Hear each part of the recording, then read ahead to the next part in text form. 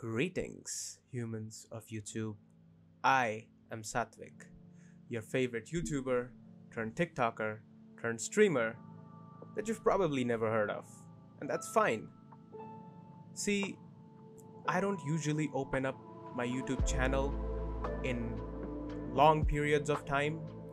Like once in a blue moon, I remember that I have a YouTube channel. And when I do open up my YouTube channel back up again, it's just streaming whatever game I'm interested in at that point, like League of Legends, or chess, or a weird baby fusion between League of Legends and chess. Yes, that is a very real game, by the way, trust me. Now, when I'm doing this, it goes as well as you would expect. And by that I mean I get like 5 views. So I convince myself that I'm doing this for the sake of creating something and not for getting views. But am I really creating something worthwhile and unique if my content looks like this?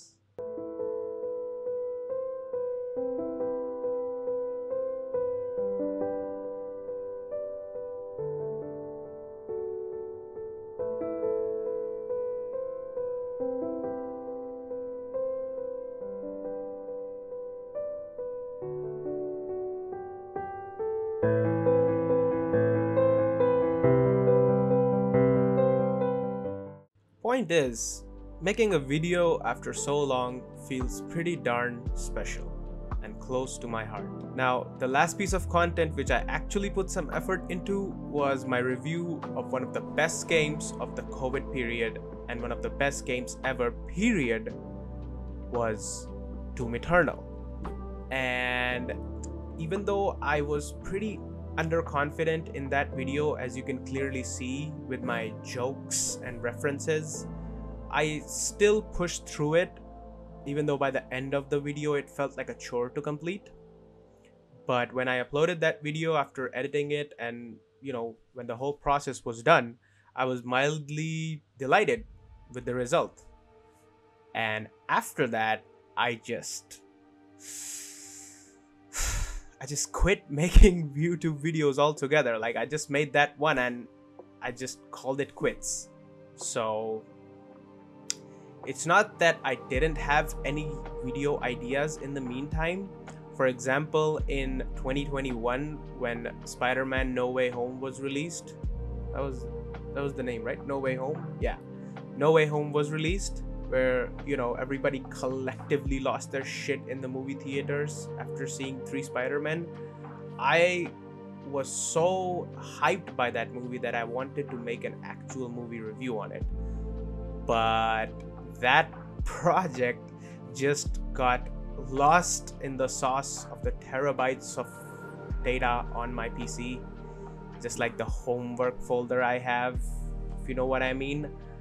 And since then, I have been getting so many video ideas, which has actually skyrocketed recently this year due to some weird unknown reasons.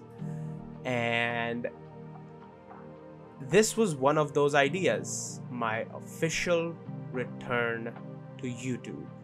So, my dear rough ladies and gentlemen, I am back, and I'm not going anywhere.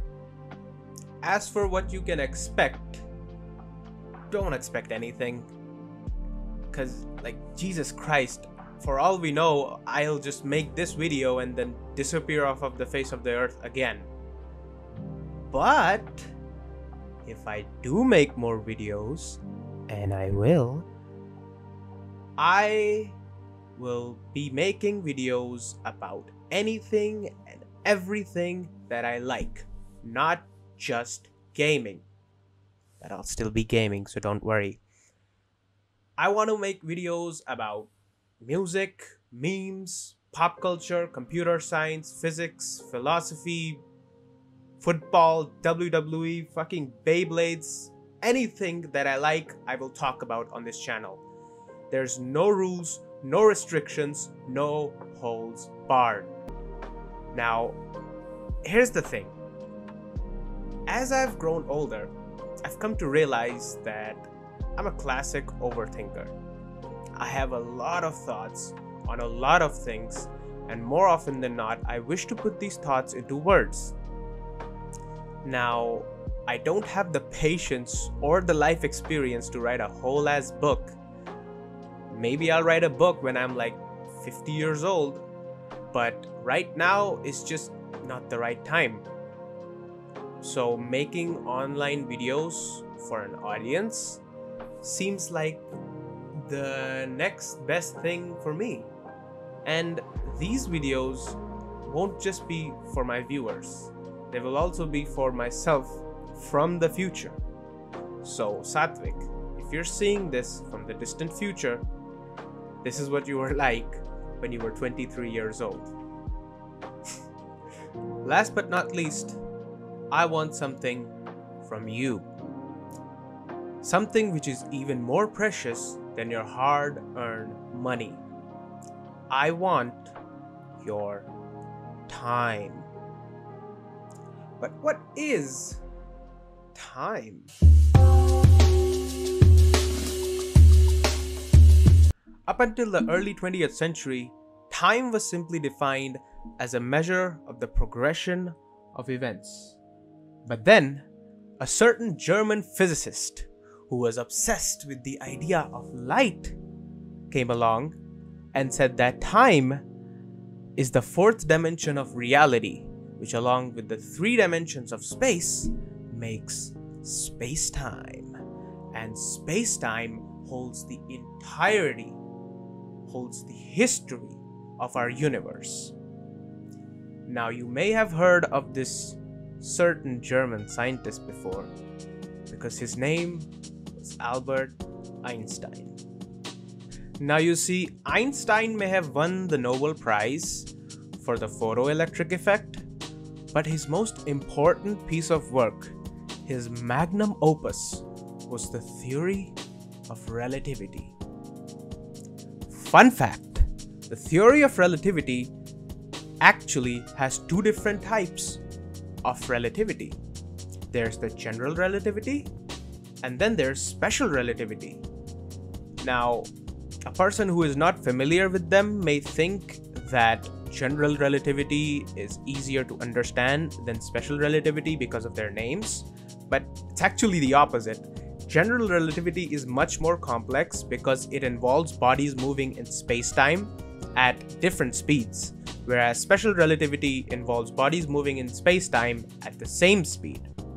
Speaking of things moving at the same constant speed, remember when I told you Einstein was obsessed with the idea of light? Well, light always moves at a constant speed of 299,792,458 meters per second. Now, that's a big number, but it makes sense, right?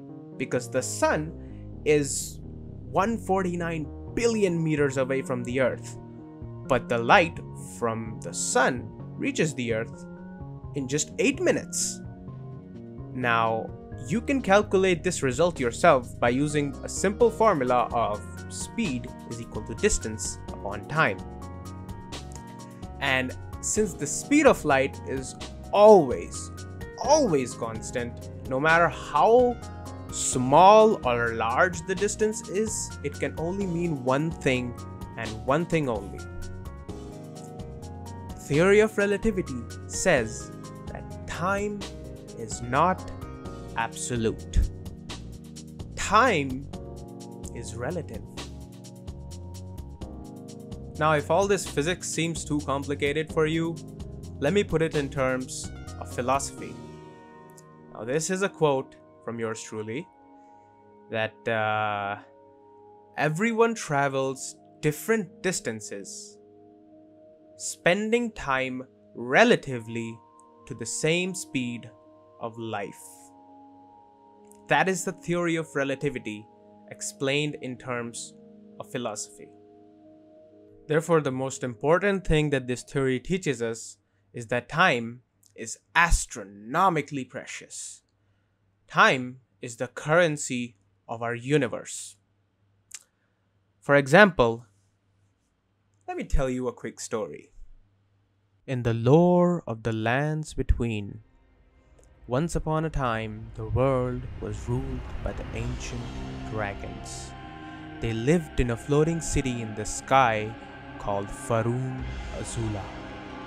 The ruler of this place was named the Dragon Lord Placidosax.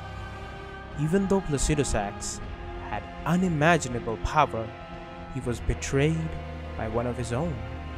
After which, the god that the Dragon Lord answered to had left, leaving him all alone for the rest of eternity.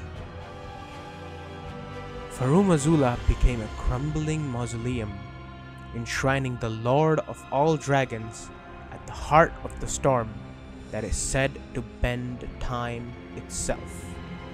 Placidosax is waiting for his god to return in a place beyond time. His god does not return. But the one individual who does come to visit him is you, the tarnished warrior who is on a quest to become a lord just like Placidosax himself once was. He sees you as just an intruder, and so begins an epic clash between past and future.